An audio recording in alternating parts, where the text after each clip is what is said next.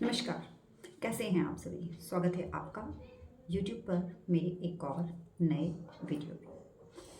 मैं अपने हर वीडियो में कोई ना कोई ऐसी चीज़ें प्रस्तुत करने का प्रयास करती हूँ जो लाइफ में मोटिवेशन का काम करें। मैं उन्हें बहुत ही सरल, सिंपल, साधारण से शब्दों में आप तक लाती हूँ ताकि हर कोई उन शब्दों को समझ सके और उससे उनके लाइफ में थोड़ा बहुत कुछ भी परिवर्तन ज़रूर आ सके। तो मेरा प्रयास कहाँ तक सफल है ये तो आप ही बता सकते हैं, बट हाँ, मुझे यहाँ बने रहने का मोटिवेशन आप सबके ही बदौलत मिलता है। आज एक छोटा सा टॉपिक है, कुछ पाना है तो सीखें एकाग्रता। तो कुछ पाने के लिए फोकस माइंडेड होना, एकाग्र होना बहुत ज़रूरी है। चीज़ों को लिखना और फिर उनको व्यक्त करना।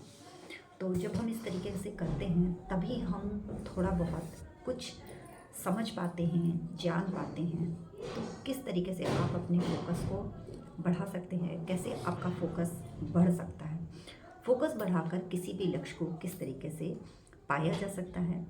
यदि आप केंद्रित रहते हैं, मतलब एक ही पॉइंट की तरफ केंद्रित रहते हैं, तो ना केवल आप अपने दिल से अधिक हासिल कर पाते हैं, आपकी क्षमताओं में बढ़ोतरी होती है, बल्कि आप अधिक खुशहाल जीवन जीते हैं। और बेहतर फोकस के लिए बहुत सारी चीज़ें हैं, बहुत सारी लेडीज़ हैं जो बहुत सारे काम करना चाहती हैं, मगर उनके पास विकल्प नहीं है, उनके पास युक्तियाँ नहीं हैं। तो उसी के लिए एक छोटा सा प्रयास है, आप इस वीडियो को पूरा देखिएगा।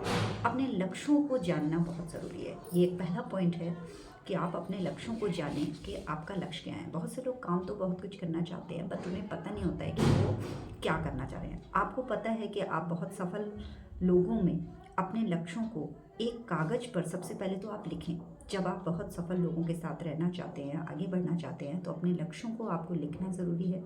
और लिख कर अपने दीवार पर, कंप्यूटर के पास, लैपटॉप के पास आप उसे लगा दीजिए, ताकि वे आप उन्हें हर दिन देख सकें। दरअसल आप जिस भी चीज़ पर ज़्यादा ध्यान केंद्रित करते हैं वो आपके जीवन को उतना ही मजबूत बनाती जाती है।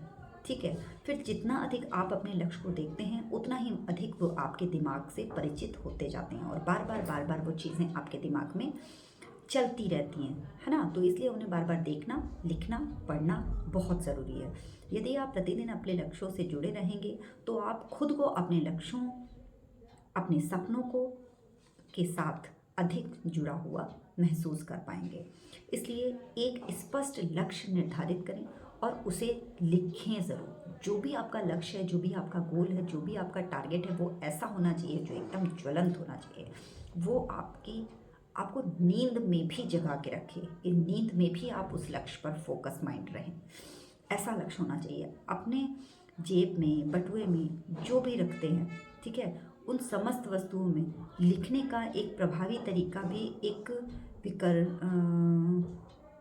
विकर्षणों का जो है, आप उन चीज़ों को कम कर देगा और उन्हें अनुमति देगा, क्योंकि आप अपने आप को मस्तिष्क पर अपने लक्ष्यों का समर्थन करने के लिए अवसरों की तलाश करने में अधिक सतर्क हो जाएंगे, है ना। जब आपको पता है कि आपका यही लक्ष्य है तो आपको 10 अवसर दिख रहे हैं, तब भी आप उन 10 की तरफ आकृष्ट नहीं होंगे, उनकी तरफ आपका ध्यान केंद्रित नहीं होगा, क्योंकि आपको पता है आपका लक्ष्य तो ये है। सपोज दैट आप मान लीजिए वेजिटेबल आपको बनानी है अपने आपके घर में आलू की, और आपको 10 वेजिटेबल दिख रही हैं, टमाटर भी है, गोभी भी है, लौकी भी है, लेकिन आपको पता है कि आपको आलू बनाना है, तो आप सिर्फ उसी पर फोकस करेंगे, राइट। ठीक उसी तरीके से जब आपको पता है आपका एक ही लक्ष्य है, एक ही गोल है, एक ही टारगेट है, तो आप उसी पर फोकस होंगे। जैसे हमारा लक्ष्य क्या है, आप मुझे मैसेज में लिख सकते हैं। फिर अपने आप को संतुलित और शेड्यूल बनाना है। आपको क्या करना है, अपने लिए एक संतुलित शेड्यूल बनाना बहुत ज़रूरी है, क्योंकि हम कभी इधर भटकते हैं, कभी उधर भटकते हैं, कभी उधर जाते हैं, उधर जाते, कितना भी हम इधर उधर जाएं, लेकिन हमारा जो शेड्यूल है वो हमारे लक्ष्य की तरफ ही होना चाहिए। अपने लक्ष्यों तक पहुँचने के लिए एक रूटीन बनाना बहुत ज़रूरी है। इसलिए देखें, फ़ोन को चेक करें, व्हाट्सएप के संदेश देखने से पहले दिन भर के अपने कार्यों की एक सूची बना लें। फिर जैसे ही आप अपना दिन शुरू करें, सबसे पहले अपनी महत्वपूर्ण चीज़ों की शुरुआत करें। तो जब आप दिन की शुरुआत करेंगे तो अनुशासन के साथ करने लगेंगे। जब भी दिनचर्या की शुरुआत होगी तो बहुत सारी आकर्षक चीज़ों को आप छोड़कर जो आवश्यक चीज़ें हैं आप उनकी तरफ जाएंगे। जैसे कभी कभी हम मोबाइल में रील देखने लग जाते हैं या कुछ और चीज़ पढ़ने लग जाते हैं, तो फिर हमारा ध्यान उधर हो जाता है और हम क्या करते हैं, हम 15-20 मिनट अपने काम के लिए लेट हो जाते हैं। तो उससे बचने के लिए आपको चाहिए कि आप एक शेड्यूल बना लें, जिनके कारणों के लिए आपका समय भी इससे बर्बाद नहीं होगा और बहुत सारे समय की आपकी बचत होगी। खुद को आप चिंतित भी महसूस नहीं कर पाएंगे कि अरे यार मेरा ये काम छूट गया, मिस हो गया, है ना। कुछ महत्वपूर्ण काम छूटने से मतलब आप उनके लिए भूलेंगे नहीं, वही मैंने बताया कि आप भूलेंगे नहीं, या अंत समय में उन महत्वपूर्ण कार्यों की तरफ आपका ध्यान जाएगा कि अरे यार इसकी तो डेट आ गई, अब मैं इस काम को कैसे करूँ। फिर उसके साथ में आपका उद्देश्य आपको पता होना चाहिए। अपने उद्देश्यों के बारे में आप स्पष्ट होने चाहिए कि मेरा ये जो उद्देश्य है इसे मुझे एनी हाउ एनी कंडीशन बिना किसी डाउट के ज़रूर से ज़रूर पूरा करना ही करना है।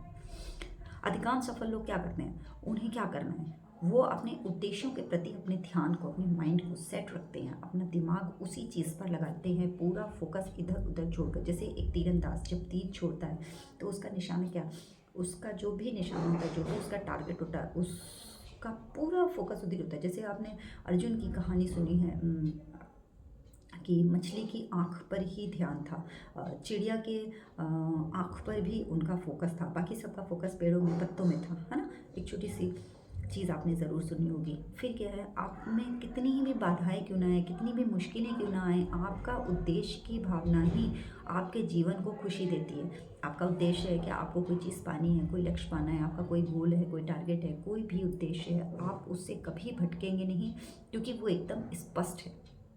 1 साल, 2 साल, 3 साल, 4 साल, 5 साल, 10 साल में मुझे जब भी पाना है, मुझे वही चीज़ पानी है, any how any condition any cost ना।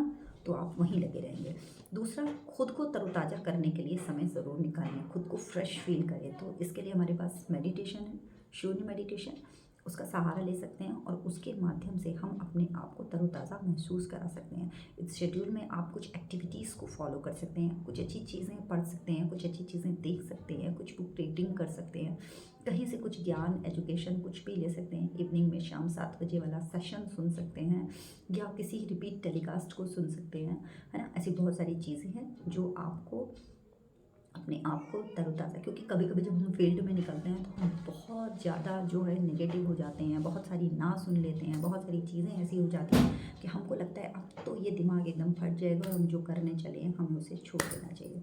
तो इससे बचने के लिए आपके पास सबसे अच्छा साधन यही है कि आप अपने आप को फ्रेशनेस के साथ एकदम रेडी रखें, क्योंकि ना तो आपको सुनने को मिलेगा ही। तो उससे बचने के लिए कुछ मोटिवेशनल चीज़ों को सुनना, पढ़ना, या जिन्हें बार बार बार बार बार बार जो है हताशा और निराशा का सामना करना पड़ा है, हम उनसे सीख ले सकते हैं।